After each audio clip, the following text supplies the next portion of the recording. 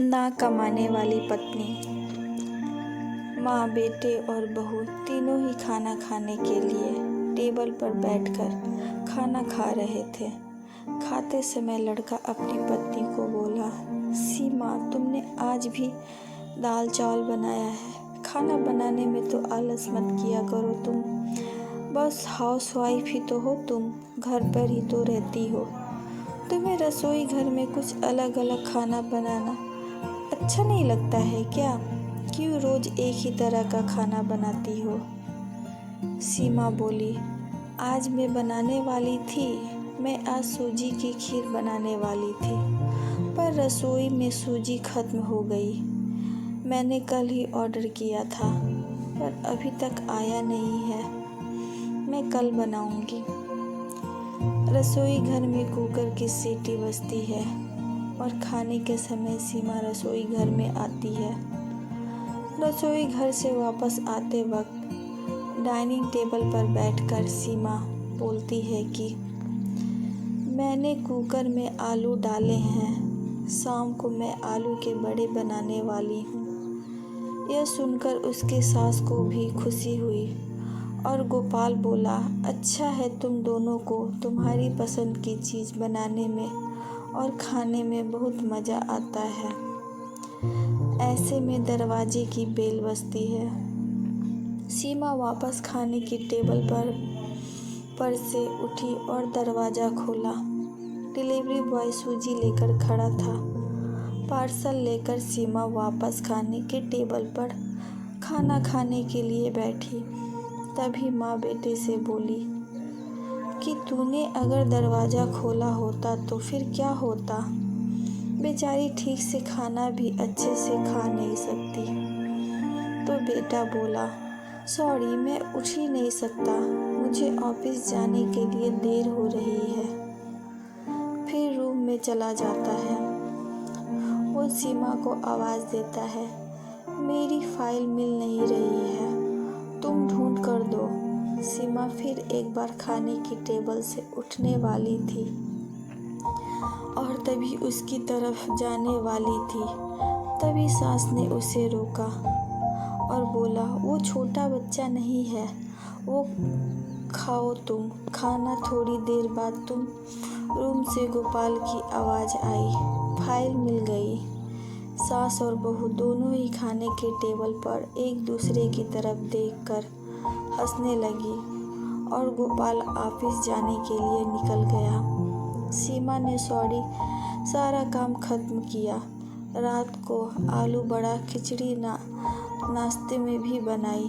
खाना देख गोपाल और सास बहुत खुश हो जाते हैं। सीमा सब काम निपटा के सो जाती है।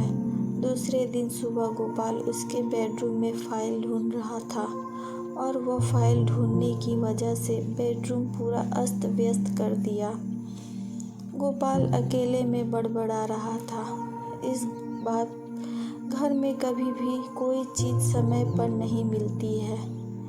इन औरतों को कोई काम नहीं होता है, इसीलिए दिन भर इधर का सारा सामान उधर करती रहती हैं। उसकी आवाज़ से सीमा वापस उसके रूम में आती है और रूम की बुरी हालत देखकर उसे गोपाल पर गुस्सा आता है। वह गोपाल को पूछती है, आप क्या कर रहे हो? तभी गोपाल बोलता है, मैंने तुम्हें पिछले दिन ही दी हुई फाइल कहाँ पर है? सीमा तुरंत वो फाइल बाहर निकालती है और वह गोपाल को देती है। सीमा गोपाल को कहता है, इतना सारा सामान बिखेरने से पहले मुझे एक बार पूछा तो होता कि कितना सामान बिखरा पड़ा है। मैं क्या दिन भर यही काम करती रहूं? क्या? उल्टा गोपाल सीमा पर चिल्ला देता है और बोलता है कि क्या काम करती रहती है? दिन भर तुम्हें इतना काम भी तुम नहीं कर सकती हो क्या? दिन भर सोते ही रहती हो। सिर्फ माँ के कहने पर हाउसवाइफ से शादी करके बहुत बड़ी भूल की मैंने। ऐसा बोलकर गोपाल वापस से ऑफिस के लिए निकल गया। पति पत्नी का बोलना माँ के कानों पर पड़ता है, जो गोपाल को पता नहीं था। माँ सीमा के पास जाती है। तभी सीमा रो रही होती है। कोई भी गलती नहीं होते हुए भी गोपाल उस पर चिल्लाया। यह उनको पता था, सीमा से वह बहुत प्यार करता था। सीमा भी उससे बहुत प्यार करती थी। सास ने सीमा को शांत किया। फिर दोनों ने गोपाल को अच्छा सबक सिखाने के लिए एक प्लान बनाया। दूसरे दिन सुबह गोपाल नींद से जागा। तभी वो सीमा को चाय के लिए चिल्ला रहा था। तभी माँ नज़दीक के सोफे पर बैठी थी। वह बोलती है, सीमा घर पर नहीं है, वह किसी काम के लिए अपने मायके गई है। गोपाल फ़ोन निकालता है और सीमा को फ़ोन करने लगता है। तभी माँ उससे रोकती है और बोलती है कि फ़ोन मत करो, वह मायके के लिए ही तो गई है, 2-3 दिन में आ जाएगी। गोपाल फ़ोन रख देता है और माँ को बोलता है कि माँ चाय। तभी माँ बोलती है, हाँ 2 कप बनाना, मैं भी पीऊँगी। इच्छा न होते हुए भी गोपाल चाय बनाने के लिए रसोई घर में जाता है। माँ सोफे से खड़ी होती है। बेटा गोपाल को पुकारती है। वो सोचने लगता है कि माँ उसे रोकेगी और खुद चाय बनाएगी, पर माँ बोलती है, मेरी चाय में शक्कर कम डालना। गोपाल चाय बनाता है और चाय लेकर आता है। माँ और बेटा दोनों ही चाय पीते हैं। फिर माँ बोलती है, चाय अच्छी बनाई है, पर सीमा जैसी नहीं है। वो चाय बनाती है तब तुलसी के पत्ते डालती है। उस चाय की तो बात ही अलग होती है। बेटा, कोई बात नहीं है, अगली बार तुम चाय बनाओगे तब ध्यान में रखना। गोपाल उसकी माँ को देखते ही रह जाता है। थोड़ी देर बाद गोपाल उसकी माँ को बोलता है, माँ आज मैं मटर पनीर खाना चाहता हूँ। माँ फिर से गोपाल की तरफ देखकर बोलती है, अरे वाह, आज मेरा बेटा मटर पनीर बनाएगा और मुझे खाने के लिए देगा। अच्छा हुआ, बहुत दिनों से मटर पनीर खाने की इच्छा हो रही थी। तभी गोपाल बोला, अरे माँ, मटर पनीर आपको बनाने के लिए कहने वाला था। तभी माँ ने उसे बोला, नहीं बेटा, मेरे घुटने बहुत दुखते हैं, मैं इतनी देर रसोई में घर में खड़ी नहीं रह सकती। तभी गोपाल उसका फ़ोन निकालता है और रेस्टोरेंट से ऑर्डर देने लगता है। तभी माँ उसे रोकती है और बोलती है, मुझे वह होटल का खाना पचता नहीं है, मुझे गैस हो जाती है और तुम मुझे बाहर का खाना खिलाने वाले हो क्या?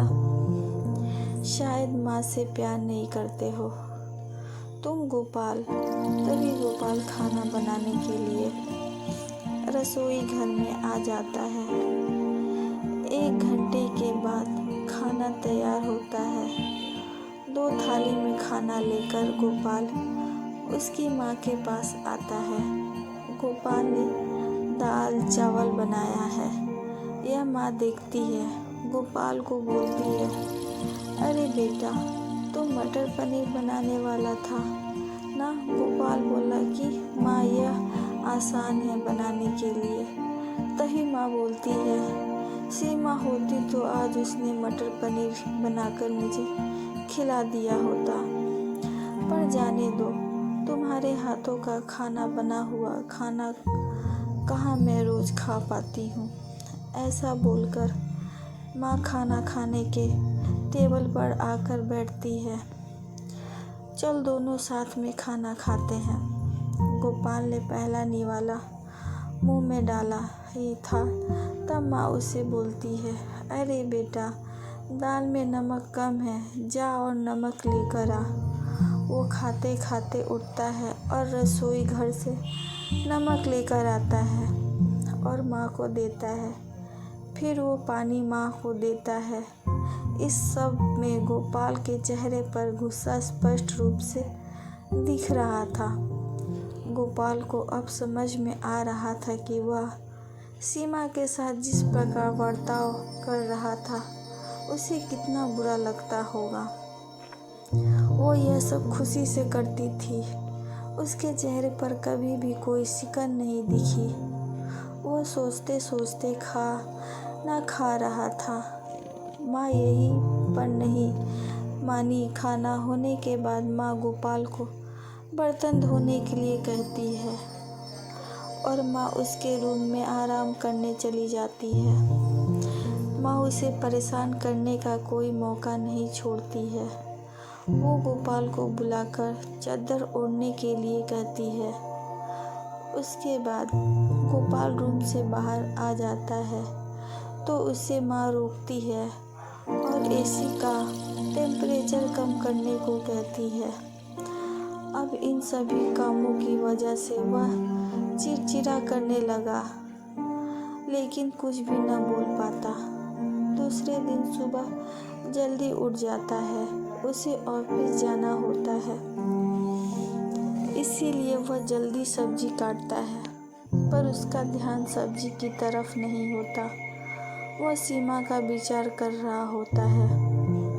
वो सोच रहा होता है कि हाउसवाइफ का काम आसान नहीं होता है। ऐसा मुझे लगता था, पर सच में वैसे नहीं है। मैं कितना गलत बर्ताव करता था सीमा के साथ। मन ही मन पछता रहा होता है। तभी सब्जी काटते समय अपनी उंगली काट लेता है। वह उठकर बेसिन में उंगली धोने के लिए जाता है। ऐसे में सीमा उसके पास आती है और हाथ पर पट्टी बांधने लगती है। मतलब सीमा अपने मायके गई ही नहीं थी, गोपाल से छुपकर उनके ही घर में ही थी। यह तो सास और बहू का प्लान का एक हिस्सा था। जो गोपाल सीमा को देखकर खुश हो जाता है, वह उससे माफ़ी मांगता है। वह सीमा को बोलता है कि घर का काम करना बहुत आसान नहीं होता है। तुम घर पर रहती हो, तुम्हें क्या काम करना होता है, ऐसा मैं हमेशा बोलता था। पर एक ही दिन में मुझे सब समझ में आ गया। मैं तुम्हें ऐसा कभी नहीं बोलूँगा और इसके आगे हम एक साथ घर के काम में करेंगे। अगर घर हमारे दोनों का है तो घर के काम भी हम दोनों के ही होंगे। दोनों का बोलना माँ बाहर सुन रही थी। वह दोनों के लिए बहुत खुश थी।